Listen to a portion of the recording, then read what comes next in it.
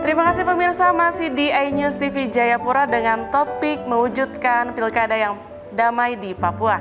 Dan kita langsung ke Bawaslu, Pak Ronald Manoa ini Pak, terkait dengan pengawasan pelanggaran dalam pilkada pada saat pandemi itu seperti apa Pak? Baik, berkaitan dengan pengawasan, ada dua pola, pengawasan langsung dan tidak langsung. Jadi Bawaslu akan melakukan pengawasan langsung dan tidak langsung. Contohnya tidak langsung itu berkaitan dengan tadi kita bahas di awal tuh kampanye media.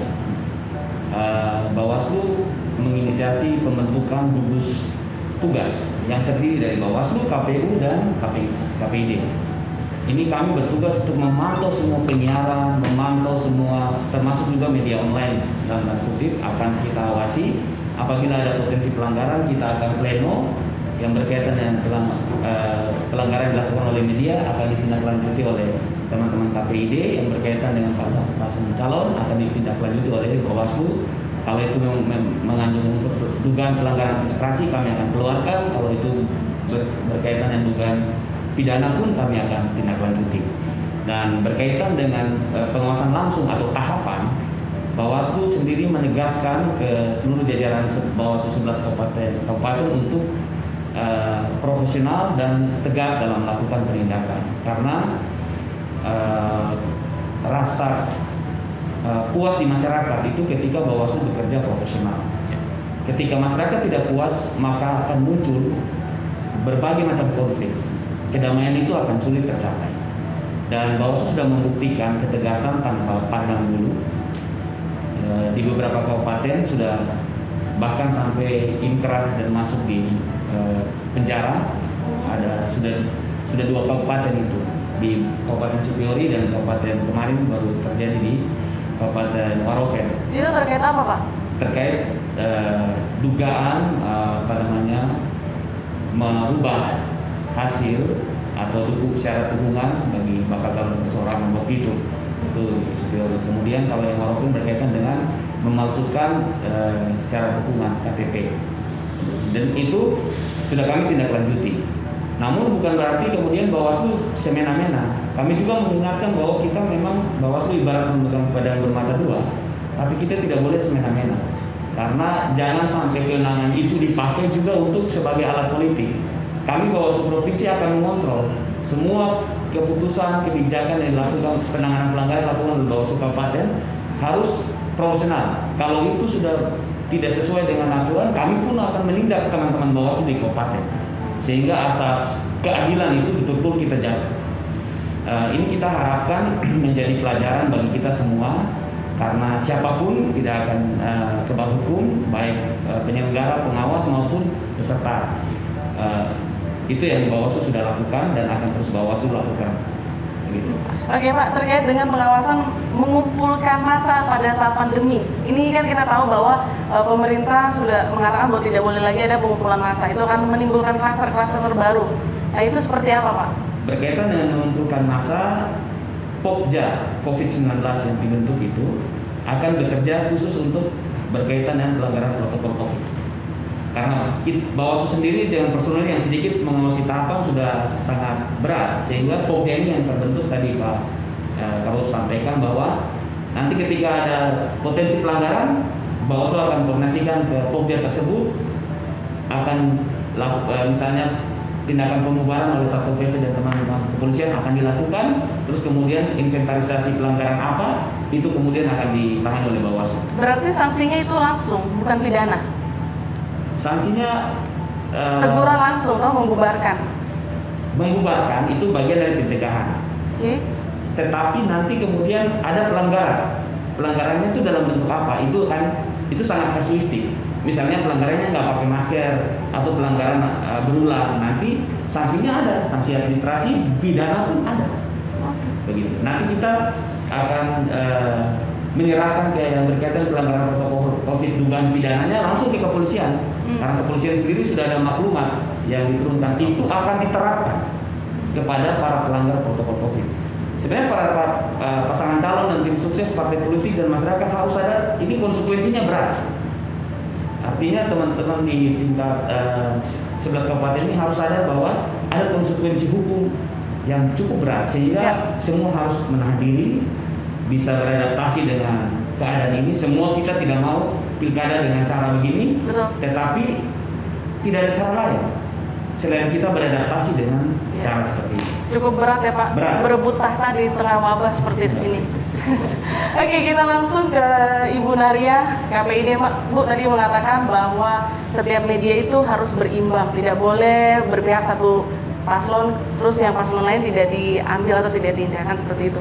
Nah ini terkait dengan sanksinya Bu, adakah sanksi khusus kepada media-media yang tidak berimbang? Ya. Sebenarnya kalau masalah sanksi bukan hanya persoalan berimbang ya, tetapi seperti yang tadi saya sudah ungkapkan bahwa ada banyak pasal-pasal yang mengatur tentang bagaimana seharusnya media penyiaran ketika menghasilkan produk jurnalistiknya, kemudian melakukan penyiaran, kemudian terkait dengan tadi iklan kampanye paslon ya. Tentu di dalam pedoman perilaku penyiaran dan standar program siaran atau P3SPS itu ada pasal di pasal 75 itu mengatur khusus tentang sanksi. Jadi jika media penyiaran itu secara sah betul-betul dinyatakan melanggar atau melakukan penyimpangan sesuai dengan aturan-aturan yang ada, maka akan diberikan sanksi berupa sanksi administratif. Sanksi administratif itu sendiri macam-macam bentuknya, mulai dari yang paling ringan sampai dengan yang paling berat. Yang paling ringannya adalah sanksi berupa teguran secara tertulis, kemudian yang selanjutnya adalah penghentian sementara program siaran, kemudian pembatasan durasi atau waktu dari siaran itu sendiri. Kemudian tidak diberikan perpanjangan izin jika media itu sedang mengajukan perpanjangan izin. Kemudian yang paling berat adalah dicabut izin penyiarannya itu sendiri. Sejauh ini apakah sudah ada media Bu yang melakukan pelanggaran seperti yang tadi Ibu bilang? Ya. Berdasarkan pemantauan atau pengawasan secara langsung maupun tidak langsung seperti tadi kalau Bawaslu juga mengatakan seperti itu. Artinya selama ini kami belum menemukan ada indikasi media penyiaran yang melanggar. Ini juga perlu kami juga menghimbau kepada seluruh masyarakat atau seluruh pihak. Pemantauan atau pengawasan ini tidak semata-mata hanya bisa dilakukan oleh kami di KPID, tetapi peran serta dari masyarakat juga kami butuhkan. Artinya kami tidak hanya menindak atau menindak pelanggaran yang dilakukan oleh media penyiaran itu berdasarkan pemantauan langsung oleh kami, tetapi juga kami bisa menindak pelanggaran yang dilakukan oleh media penyiaran berdasarkan aduan atau laporan dari masyarakat. Oke, baik. Terima kasih Ibu, dan kita lanjut lagi ke Ketua KPU. Pak Ketua, ini kita tahu bahwa di Kabupaten Mambramo Raya itu di mana ketua dan anggotanya sedang dinonaktifkan, dan saat ini untuk KPU Mambramo Raya sendiri itu diambil alih oleh KPU Provinsi Papua, betul Pak ya? Itu mekanismenya seperti apa Pak? Iya, baik. Terima kasih. Terkait dengan Mambramo Raya. Jadi Mambramo Raya ini komisionernya diberhentikan oleh DKPP sekitar bulan Agustus ya, kalau tidak salah. Lalu melalui surat, saya lupa namanya, ada surat dari KPU RI kepada KPU Provinsi Papua. KPU Provinsi Papua karena anggota KPU Mambramo Raya diberhentikan, maka sementara dalam tahapan ini diambil alih oleh KPU Papua. Dan sementara KPU Papua ambil alih, tetap proses untuk PAW harus dilakukan. Nah, PAW itu KPU Papua sejak bulan Agustus itu sudah menyurat ke KPU RI untuk melakukan PAW terhadap daftar tunggu nomor 6 sampai dengan nomor 10 itu harus dilakukan. Kami sampai hari ini itu masih menunggu surat dari KPU RI untuk klarifikasi terhadap daftar tunggu yang sekarang ada nomor 6 dan sampai 10. Nah, ini yang kami masih menunggu dari KPU RI karena beberapa pengalaman lain kita sudah lakukan, misalnya Kero kemudian Supiori, Waropen, Nabire, Timika, ini kan kita sudah lakukan. Jahukimo, surat KPU datang, lalu yang bersangkutan, yang daftar tunggu, kita melakukan klarifikasi. Klarifikasinya apa? Klarifikasinya terkait dengan apakah yang bersangkutan selama ini terlibat dalam partai politik atau tidak. Nah, jadi kita lebih melakukan klarifikasi itu. Nah, karena itu saya mohon kepada masyarakat di Mambramo Raya bersabar. Kami KPU Papua tetap melakukan komunikasi. Minggu lalu saya baru menyurat ke KPU RI untuk segera mengeluarkan surat untuk klarifikasi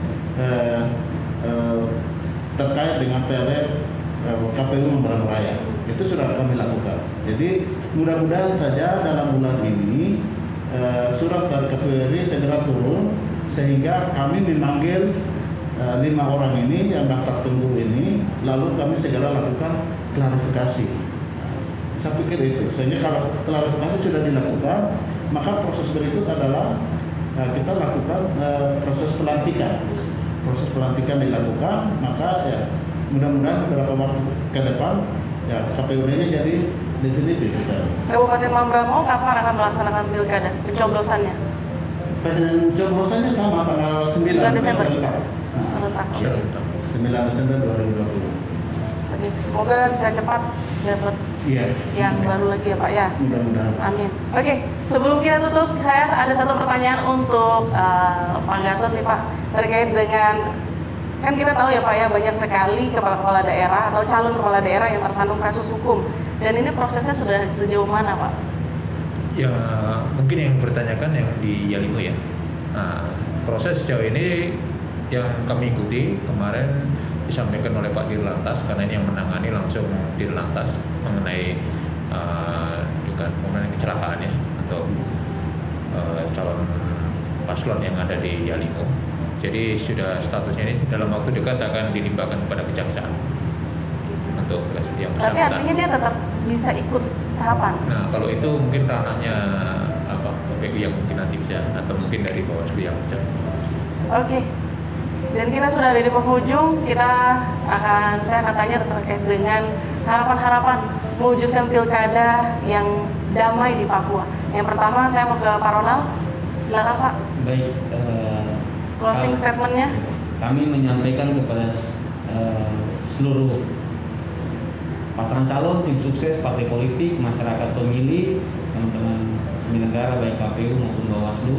Mari kita semua profesional, dewasa, dan menyadari bahwa kita sedang melaksanakan pilkada di tengah pandemi. Kita bertanggung jawab menjaga kualitas demokrasi, tapi kita juga bertanggung jawab supaya jangan pilkada ini menyebabkan klaster baru COVID-19. Jaga kesehatan dan kemudian bersikap dewasa sebagai komponen dalam proses pilkada ini. Baik, Ibu Nahria, KPD Provinsi Papua, closing statementnya. Iya, saya menyampaikan kepada pertama kepada media penyiaran yang ada di Papua, hendaknya profesional ya dalam menjalankan tugasnya, terutama pada pilkada nanti ini, karena pada media Anda lah ya juga penentu keadaan di masyarakat kita ini damai atau tidak. Jangan menjadikan media penyiaran sebagai penyulut konflik, tetapi justru media penyiaran harus menjadi resolusi konflik itu sendiri. Kemudian kepada masyarakat saya juga menghimbau, jadilah masyarakat yang cerdas. Cerdas dalam artian selektif dan kritis terhadap tayangan-tayangan atau siaran yang berkualitas. Jika menemukan siaran-siaran yang tidak berkualitas atau yang tidak sesuai dengan regulasi yang ada, maka silakan sampaikan, laporkan kepada KPID. Kemudian kepada pemerintah dan stakeholder yang lain, tentunya sinergitas di antara semua pihak harus terus ditingkatkan sehingga pilkada betul-betul bisa menjadi pilkada yang damai di tanah Papua. Karena pilkada bukan hajatan satu orang, tetapi adalah hajatan untuk kita bersama, sehingga kita harus juga bisa menikmatinya secara damai bersama-sama. Baik, terima kasih. Ketua KPU Provinsi Papua, silakan Bapak. Terima kasih. Saya ada dua. Yang pertama, khusus untuk masyarakat di 11 KPU Kabupaten Kota, tanggal 9 hari Rabu bulan Desember 2020 itu hari untuk pemungutan suara. Jadi jangan lupa datang ke TPS. Yang kedua, KPU sejak saya bicara sampai dengan ke depan, sampai dengan tanggal 9 Desember itu memiliki banyak tahapan pemilihan akan dilakukan, maka jangan lupa menggunakan masker, jaga jarak, dan selalu cuci tangan. Terima kasih.